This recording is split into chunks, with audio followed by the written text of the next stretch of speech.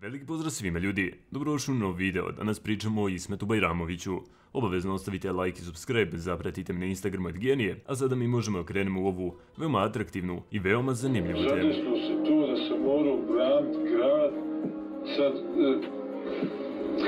nije to rat heroja kao što je bio drugi svjetski rat, pa što ja znam ovo ono. Ovdje je rat, nacionalni rat. U nacionalnom ratu ne možeš ti nikad izdvojiti čovjeka kao heroja. Pazi, ako ću ja biti heroj samo među muslimanima, ja onda neću da budem takav. Ali ako ću ja biti heroj među Sarajlijama, među svim Sarajlijama, bez obzira naći, meni će biti drago da budem takav. Nekada shvatite da život veoma brzo prolazi, da ne možete stići sve uraditi za upravo taj jedan život. Za jednu osobu ste morali čuti, posebno ako ste iz Sarajeva, a to je Ismet Bajramović, poznati pod nadimkom Ćelo. On je bivši komandant vojne policije armije Bosne i Hercegovine, koji se u par momenata mogao proglasiti i vladarem sarajevskog podzemlja. Međutim, u rodnom gradu Sarajevu je bio zaista voljen i poznat. Bajramović je svoj život započeo u Sarajevu 26. aprila 1966. godine u porodici sa Zemom i Timeom Bajramović.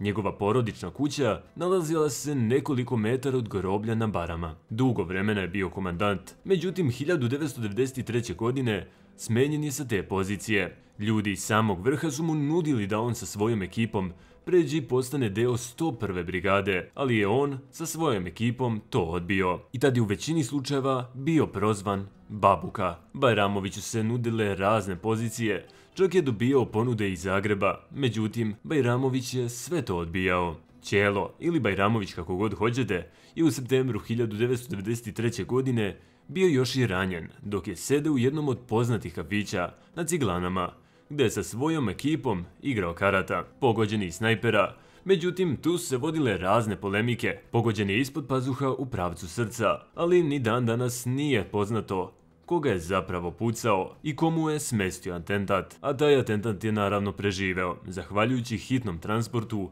i veoma brzoj i efikasnoj operaciji. Nakon tog pokušaja ubistva ostao je i živeo neko vrijeme u Njemačkoj.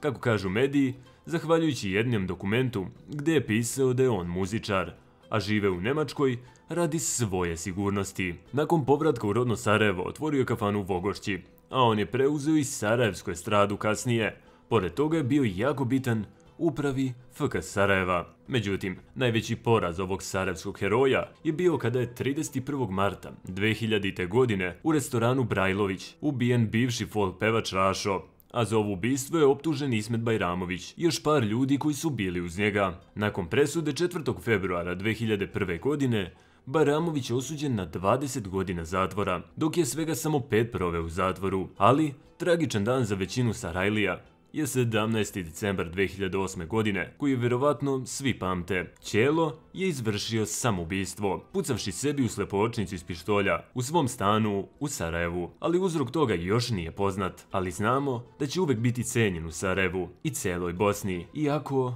on nije sa nama. I da ljudi, to je to što se tiče ovog videa. U komentare pišite da li ste znali za Ismeta Bajramovića, šta mislite o njemu i ako ima nekog iz Sarajeva, da ne piše neko iskreno mišljenje o njemu. I to je to ljudi, vidimo se mi u nekom sljedećem klipu. U komentare pišite šta bi želeli sljedeće gledate. A do tog sljedećeg klipa, ljudi pozdrav!